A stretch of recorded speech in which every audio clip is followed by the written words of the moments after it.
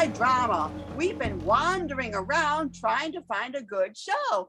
And it looks like Sasha Clarke found one at the paper mill, where they're continuing their 2021-22 season with the production of this new musical, The Wanderer, based on the life and music of Dion. The show, with a book by Charles Messina, is produced in cooperation with Dion DiMucci himself.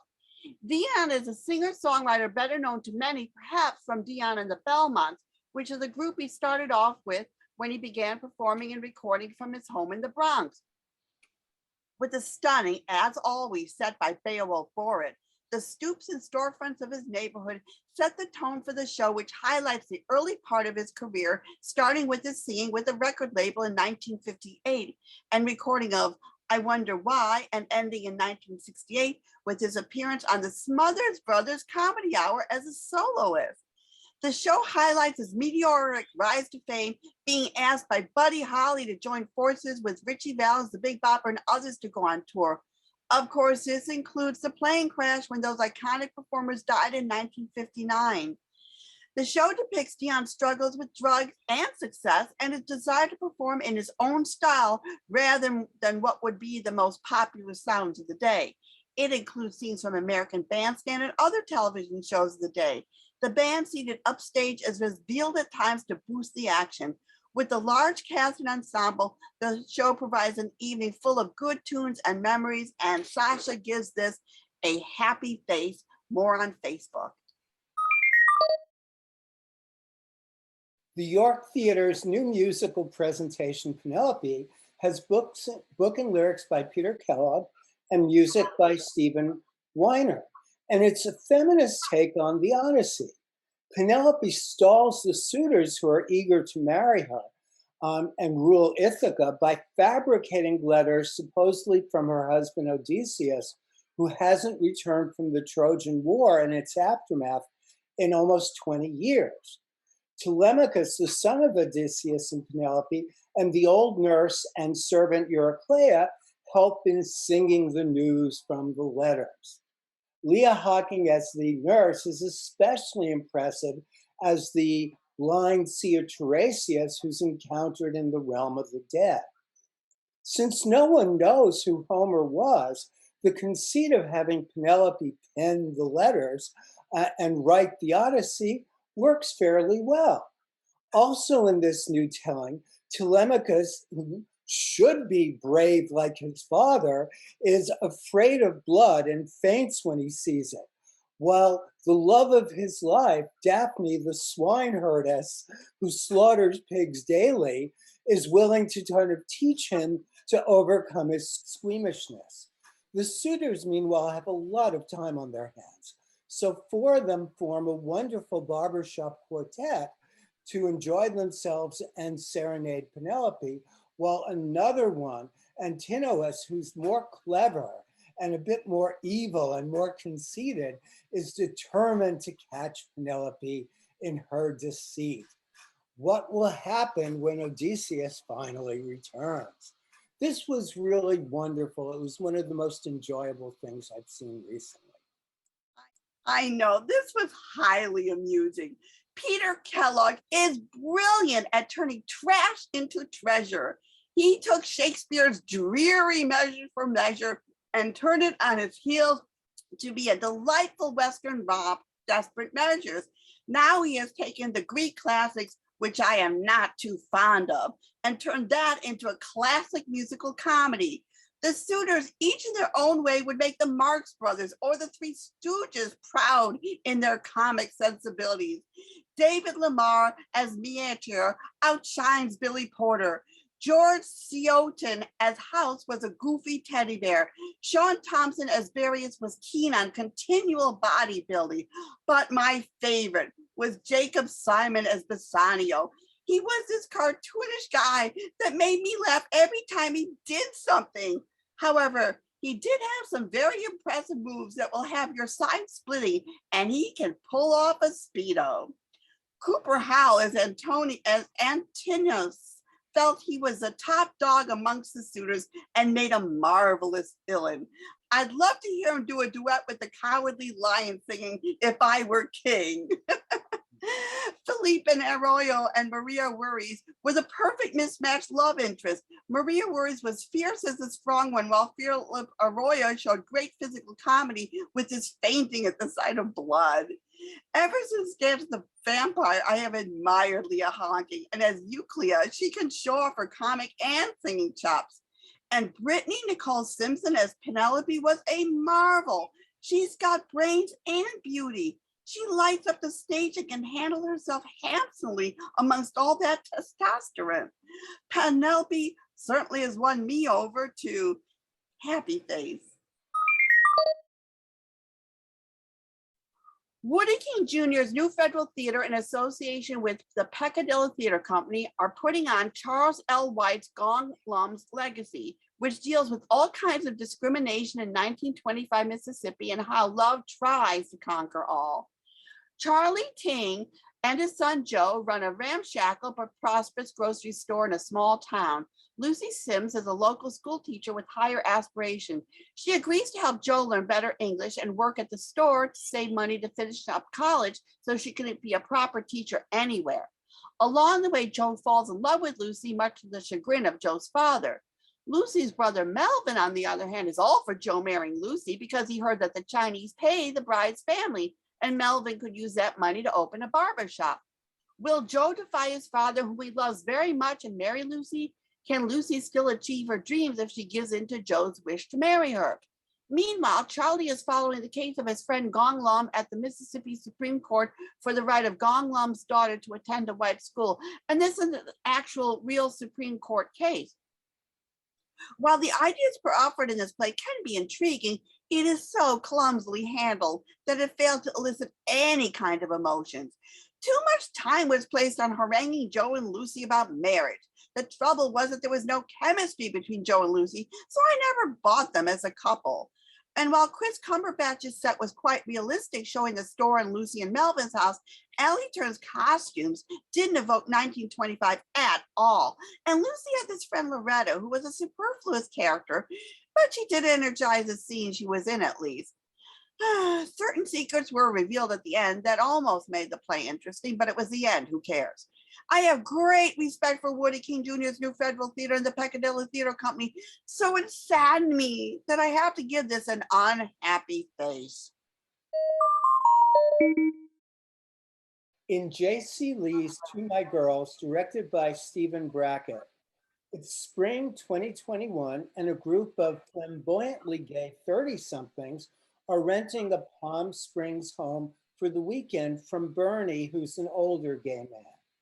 Curtis, the cutest and vainest and whitest of the group, does as he wishes without considering the feelings of his friends. This includes sometimes having sex with their boyfriends.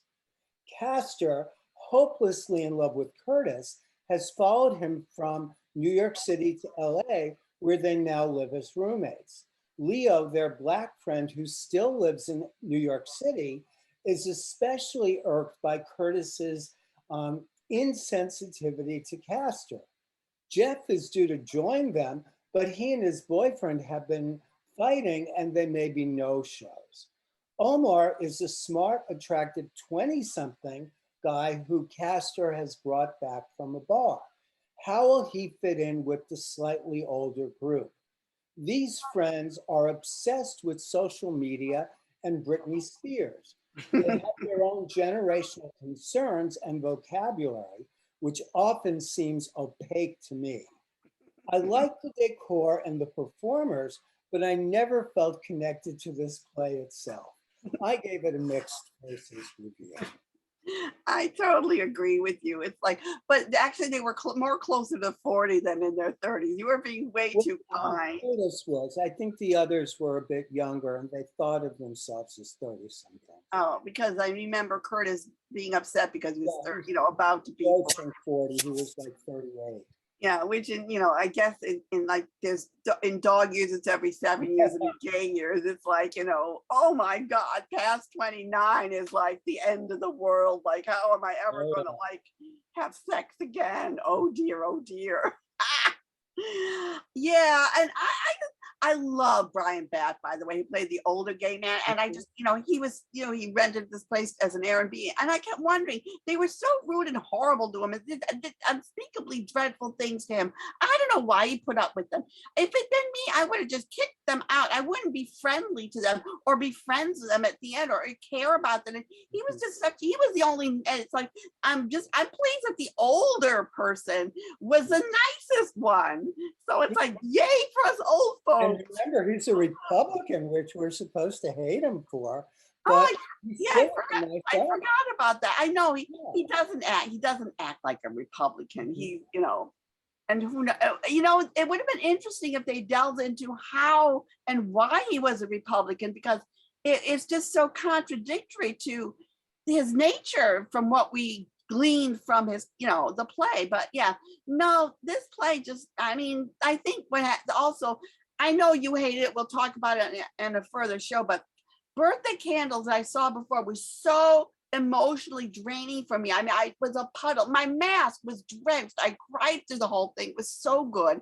So anything after that would have just so I'm glad that it wasn't just me, that you thought it was dreadful too. So yeah, I'm giving it a mixed also.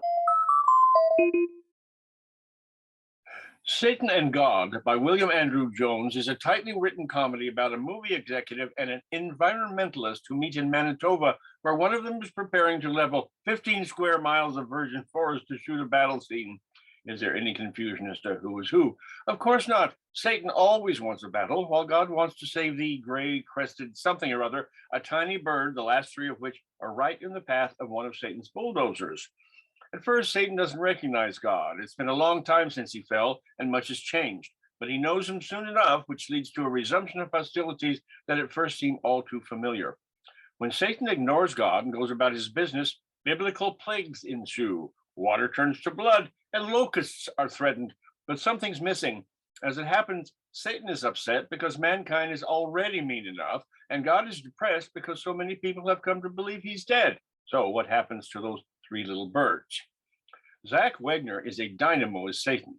He's a fine actor, and he consistently dominates the stage. His dialogue is brilliantly delivered, every line honed to perfection, intelligent and funny. He's definitely an actor to be watched. As God, Jonathan Wing Fry is subtle, his comic timing excellent, but his energy level needs to catch up with Mr. Wagner. That said, the play is first rate. Mr. Jones, who also directed, has given us superb dialogue and a script focused on serious environmental concerns. My only caveat is that it seems too short. It left me wanting more, which is a good thing in itself. So a solid happy face for No Budget Productions and everyone involved. Dominique Morisseau's Confederates deals with sexual, racial, and class politics. Two storylines are interwoven between Sarah in the slavery of the Civil War era and Sandra, a present-day politics professor, and the realization of both women to finally break free from anyone or anything that is holding them back. Professor Sandra is very upset when someone posts a picture on her door of a Black woman, slave woman, nursing a white baby with her face photoshopped in. She keeps trying to find out and have the person censored. Was it a disgruntled student Malik, an African-American who thinks Sandra favors women more than men in class and everywhere else? Possibly her assistant Candace, who feels that Sandra favors Malik over the white students, which she is one. Final suspect is Jade, the only other African-American professor who is looking for tenure and feels that Sandra feels superior to her because Jade taught at community colleges. In the Civil War story, there is a feisty Sarah who wants to join her runaway brother Abner and fight in the Union Army and contribute like a man to get her freedom. Adam will have none of that. What does she end up doing? With the help of her white mistress, Missy Sue, who had illegally taught her to read, she spies on Missy Sue's father for information to pass on to Abner. Luann took advantage of her position as a master's mistress to improve her situation and feel more like she was in control. All these disparate elements come to a head. Will the slaves escape their bondage and live free? Will Sandra ever find out who is responsible for that disgusting image put on her door? Why does everyone make a fuss about Sandra wearing a Black Lives Matter shirt? Respect is thrown around very disrespectfully. The best part of the play is when the Southern characters morphed into the present day people. That was a cool touch. This is one of those plays that reads much better than watching it. It's just too didactic while trying to be funny, and it just isn't. The slave story was more interesting as there was a real human plot going on and not highfalutin philosophical debates. The acting was very good as they had to seamlessly move from extremely different characters and situations, but the play didn't sustain the fine acting. Mixed face. Harmony, the new musical by Barry Manilow and Bruce Sussman, running at the National Yiddish Theater Folksbiene, tells the true story of the comedian harmonists, 6 talented young men, Jewish and Gentile, who came together in 1920s Germany and entertained the world with their unique blend of sophisticated harmony and comedy. They sold millions of records, starred in a dozen films, and packed concert halls everywhere until the world they knew abruptly came to an end. Manilow and Sussman have created a spectacular new musical with an original score that celebrates and memorializes this extraordinary group and ensures that their quest for harmony in art and in life during the most discordant chapter of human history will never be forgotten. They have created a truly brilliant warning for our times that we cannot afford to ignore. The cast is enormous, an ensemble cast of vast talent. Chip Zane is Rabbi, the older version of one of the harmonists, who is remembering it all from old age, is heartbreaking. He had one chance and he failed, a single moment that dominated the rest of his life. The music is remarkable, composed with exquisite lyrics and a riveting libretto. The cast sings and acts the hell out of it. Duets, trios, sextets, huge choruses, and tap dancing arranged and choreographed with an unerring theatrical sense. The sets are active and gorgeous, the costumes perfect. It's thrilling from the first moment with almost 24 smashing musical numbers like We're Going Loco with Anna Hoffman as Josephine Baker in the Ziegfeld Follies of 1934, the lovely Where You Go, a tender iteration from the Bible's Ruth, and Come to the Fatherland, a scathing denunciation of Nazi Germany, cleverly performed as puppets, to name just 3. It's almost too rich, so much to speak of that one simply runs out of words. A major happy face plus from me. Oh, and double that for me, because it was just remarkable. And a lot more of what I'm going to say is going to be on Facebook because you said most of it. I just want to say Chip Zine popped up in so many different characters and iterations. He was brilliant. Oh my God. And of course, Sierra Vargas. Oh, I mean, God, the music. I talked to a colleague in intermission. She said crying just over the music alone, let alone the story. It just was just beautifully done. Kudos, kudos, kudos. And again, much more on Facebook. The Transport Group is back live. Yay!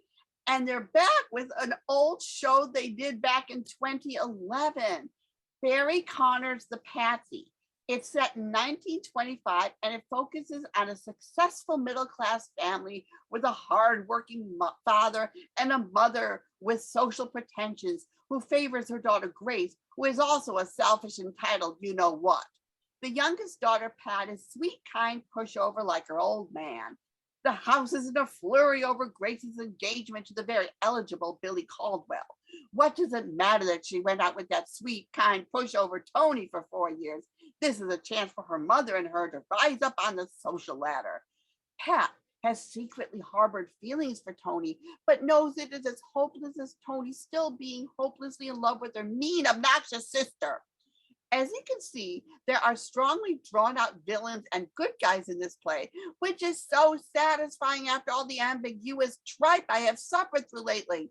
The most important question is, will the good guys win and triumph over the self-indulgent tyrants?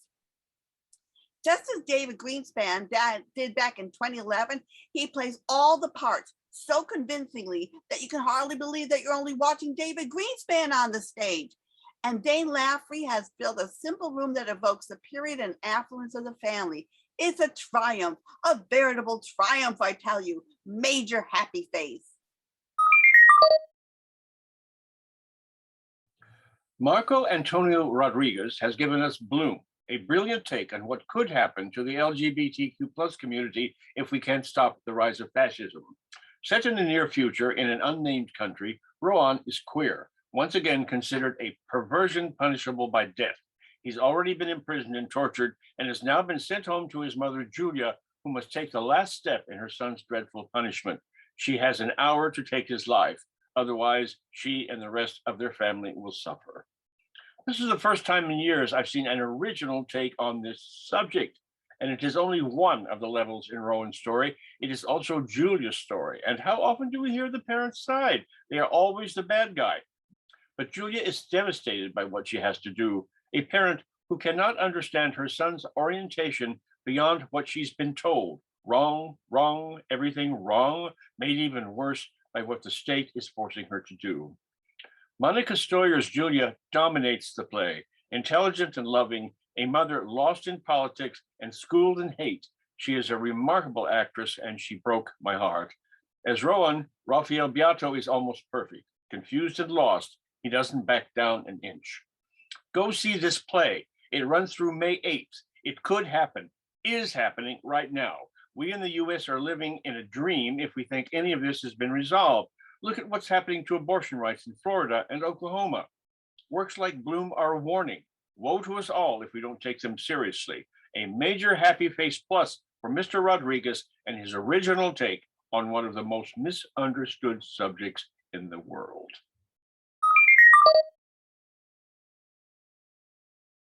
Hello, here we are with, I'm Amy Larimer. And I'm Jamie Graham. and you are the Raving Jaynes. Yes. And how did you come up with Jaynes spelled Jaynes? That's a great question. It's my grandmother's name. So in improv, there's a form called the Herald, and my grandfather was named Harold, and my grandmother was named Jane. And Jane loved to dance, so we thought if there was something like a Harold, but with dancing, it would be a Jane. So that's how. Oh. So I saw your show with Matt Higgins. So you have a special guest every time you come on. So and coming up April what? 30th. April 30th, you're having, who are you having on then? We're having a group called Stelly Dance. So this is going to be the first time that we've had a dance company be our opener. So we're excited for a different kind of vibe. Yeah. And you do something different. Rather than have people calling things out, you give them like a bag that explains how they can do the improv and change the improv, and they're supposed to throw the bag on. But then when I was there, I was like, I wanted to shake these people. You had a slow-witted audience. I'm like, throw the bag. These poor women are struggling. They're trying to come up with their improv without you giving them any improv. It was very clever because Matt Higgins sort of set it off with this whole low self-esteem thing. So you kind of latched onto that and you just kind of took it. When you realized nothing new was coming in, you had to take, well, what happened before? How do you do that? I mean, I find improv fascinating. So how do you accomplish this? Well, a lot of improv is just noticing what's going on, right? And then building on that and trying to surprise ourselves and letting the audience surprise us too. Do you have like set things in your mind, like how, if there's like a glitch or how do you go about doing it? We don't have set things in our mind. We definitely have techniques that we draw from, mostly around listening and noticing and trying to reinforce what's already there. So I rely a lot on responding to what Jamie's doing and trying to notice what she's doing and try to reinforce what's already happening, so that we try to stick with the story and don't go too far off into, although we often do, on a tangent. Do you ever get panicky? Sure. Yeah, for sure. Improv can make me very anxious. So often I have anxious characters, but anxiety is energy, right? And we have a lot of anxiety in life. Improv is life, life is improv. It all connects. And if I'm feeling panicky, then my character is probably panicky, but then I can just have a dance about it where I let that panic, I can let it loose on the room and let it become funny, and then it will pass a little bit. Ladies, thank you very much. This has really been lovely. And you. I think we need to, we're gonna have to end it for today. But thanks for joining us today. Appreciate Yeah, it. So much. and looking forward to April 30th. And for your wonderful next to meet you both. And now for further exciting theater news, we've got Jay Michaels with his Indie Influencer. Take it away, Jay. This is Jay Michaels, and I'm your indie influencer here on television's High Drama. Okay, so for the longest time, when you wanted cutting-edge indie art, you went to Manhattan and to Brooklyn. But recently, another borough hopped on the bandwagon. Maggie's Little Theater, which currently is in rehearsal for Kiss Me, Kate, was the sole theater of renown in Queens for some time. But recently, Theater East partnered with the Astoria Performing Arts Center in Queens to join the pro theater contingency of the borough. Then Susan Egan transformed the Queensboro Performing Arts Center into another Lincoln Center with straight plays and radio dramas joining their already stellar lineup of music and dance. And now, drum roll please, they have another. City Gate Productions, currently reviving the Tony-winning play Lobby Hero, is stepping up to the plate. After that, they tackle Terrence McNally's Mothers and Sons. Very cool. Running April 29 through May 8 at the Moose Lodge Theater in Maspeth, Lobby Hero concerns Jeff, a luckless young security guard, drawn into a murder investigation. Tickets on sale now. For the play, not the murder. That's part of the plot. You get the idea. Anyway, Staten Island is also coming up fast with the St. George. And my old stomping ground, the Bronx, has the Bronx Academy of Art and Dance, and the first professional theater for which I ever worked, the Center Stage Playhouse. If I remember correctly, that was during the Jurassic period. 212 might be true blue, but 718 is really great. This is Jay Michaels. I'm your indie influencer here on television's High Drama. And on our next show, May 7th, we'll might talk about Little Girl Blues, Chasing Andy, and Birthday Candles, and a lot more. I mean, lots of Broadway stuff. Who knows what we'll talk about? But in the meantime, go to the Facebook page, because a lot of plays we talk about have closed, have a short run. We're not going to talk to until May 7th, or we talked about it, but really so much information on the Facebook page. So go to our theater listings there. That's where we have all that information. Thank you. And I hope you had a very happy Easter and Passover. Take care. Thank you for coming.